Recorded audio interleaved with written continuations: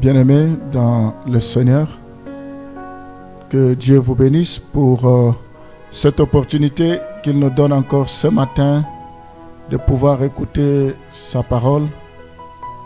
Ce n'est pas par habitude que nous nous levons le matin, mais c'est par la grâce de Dieu parce que nous pouvons aller dormir, mais sans pour autant nous réveiller. C'est une grâce, nous devons en être reconnaissants et nous voulons bénir le Seigneur parce que nous savons que tout don parfait vient d'en haut, vient de lui auprès de qui il n'y a ni changement ni variation d'ombre. Nous allons lui rendre gloire pour cette matinée, pour cette journée. Prions. Nous te bénissons, nous te rendons gloire parce que tes bontés ne sont jamais à leur terme, tu les renouvelles chaque matin. Je te bénis pour ton amour infini. Tu as accepté de venir mourir sur la croix pour nous, pour que nous ayons la vie et cela en abondance. Je te bénis parce que c'est toi qui donnes du sens à notre vie. À chaque jour suffit sa peine. Merci pour cette belle journée qui a commencé. Je te recommande cette journée, qu'elle soit une journée d'allégresse, une journée de joie, que le bonheur et la grâce nous accompagnent. Seigneur, je te recommande ce programme, cette exhortation de tous les matins, que tu puisses nous visiter. Je demande une onction spéciale, une onction particulière. Je prie pour que tu puisses nous visiter, nous parler, que tu puisses nous fortifier ce matin. Nous voulons que tu puisses nous canaliser, nous orienter par ta parole. Sois béni, nous avons besoin de ton rhéma. Ce matin, la lettre tue, mais l'esprit vivifie. Merci Seigneur parce que nous avons soif de te connaître. Nous avons soif de t'entendre. Nous sommes prêts, parle-nous. La foi vient de ce qu'on entend. Ce qu'on entend vient de la parole de Dieu. Merci Seigneur pour ta gloire au nom de Jésus. Nous voulons que tu croisses et que nous puissions diminuer. Nous t'avons ainsi prié. Amen. L'orgueil de la vie. L'orgueil de la vie soit la poursuite et la griserie de la puissance et de la gloire. L'orgueil de vie. L'assurance dans ses propres ressources. Nous devons faire attention d'avoir l'assurance dans nos propres ressources. La sécurité placée dans les choses terrestres. Nous ne devons pas placer notre sécurité dans les choses terrestres. Nous allons encore une fois là voir deux exemples avant d'évoluer. Alors, il s'agit ici d'Ozias. On va lire 2 Chroniques 26, le verset 14 à 18. 2 Chroniques 26, le verset 14 à 18. Ozias leur procura pour toute l'armée des boucliers, des lances, des casques, des cuirasses, des arcs et des frondes. Il fit faire à Jérusalem des machines inventées par un ingénieur et destinées à être placées sur les tours et sur les angles pour lancer des flèches et des grosses pierres. Sa renommée s'étendit au loin car il fut merveilleusement soutenu jusqu'à ce qu'il devint puissant.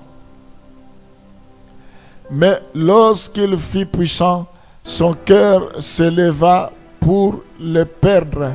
Il pécha contre l'Éternel son Dieu. Il entra dans le temple de l'Éternel pour brûler des parfums sur l'autel des parfums. Le sacrificateur Azaria entra après lui avec 80 sacrificateurs de l'Éternel. Hommes courageux qui s'opposèrent au roi Ozias et lui dirent: tu n'as pas le droit, Ozias, d'offrir des parfums à l'Éternel. Ce droit appartient aux sacrificateurs fils d'Aaron qui ont été consacrés pour les offrir. Sors du sanctuaire car tu commets un péché et cela ne tournera pas à ton honneur devant l'Éternel Dieu.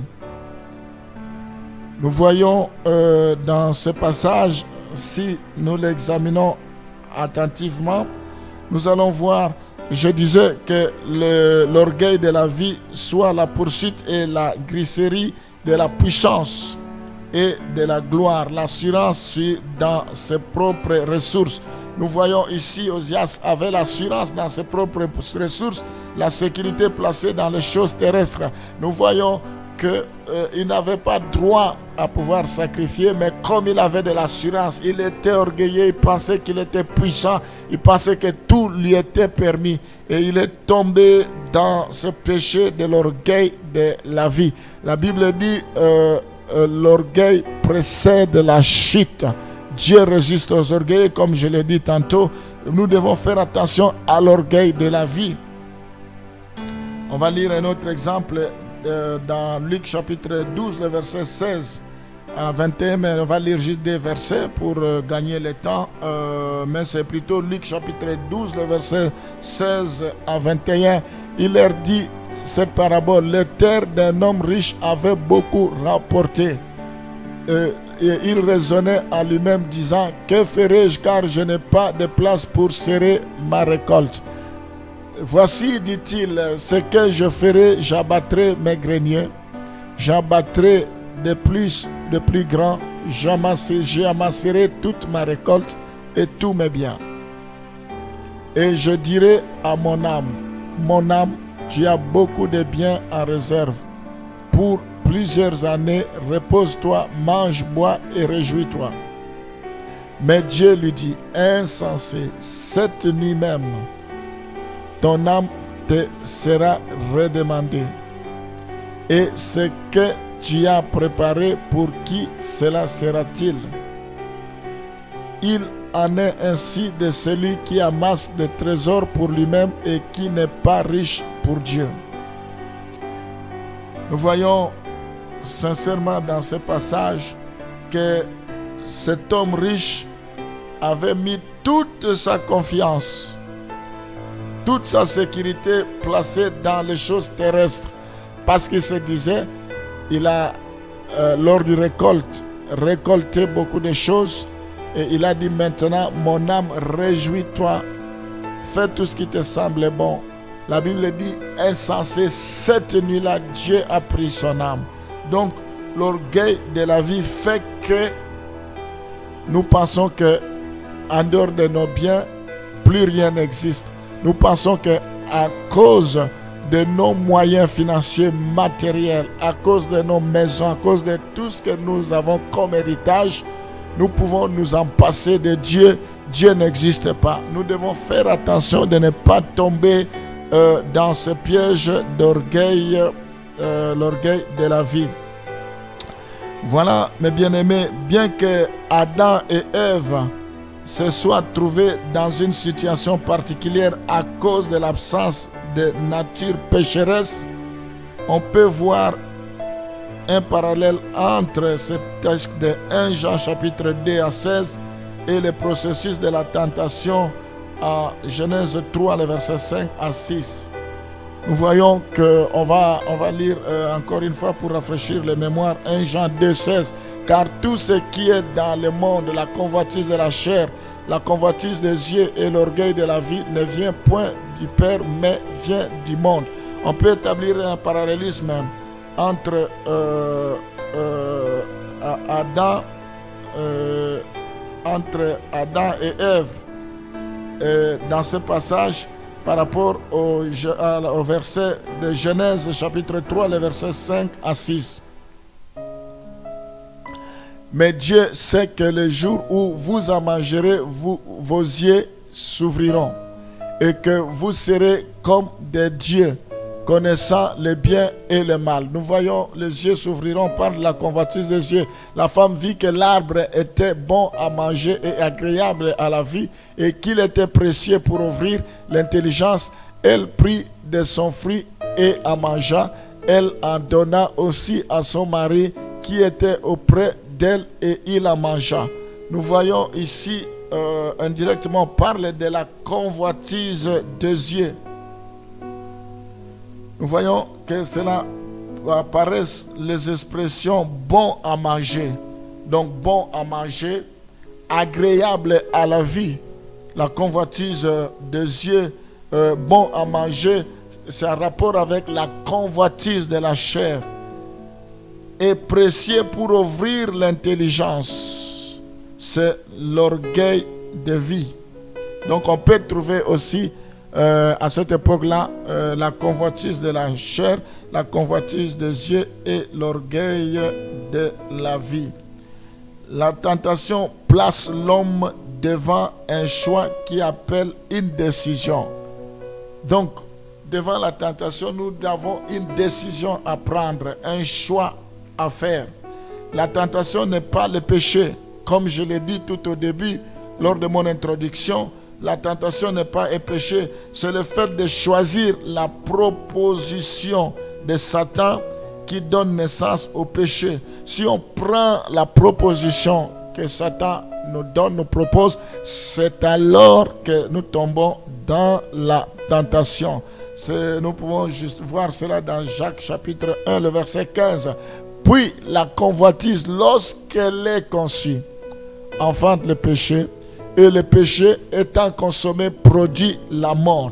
Donc ici, la tentation n'est pas le péché, c'est le fait de choisir la proportion de Satan qui donne naissance au péché.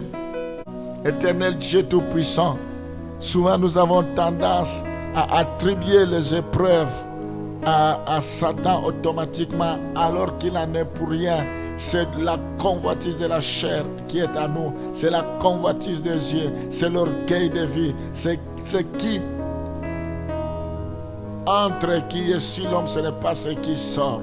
Nous disons non maintenant à la convoitise de la chair.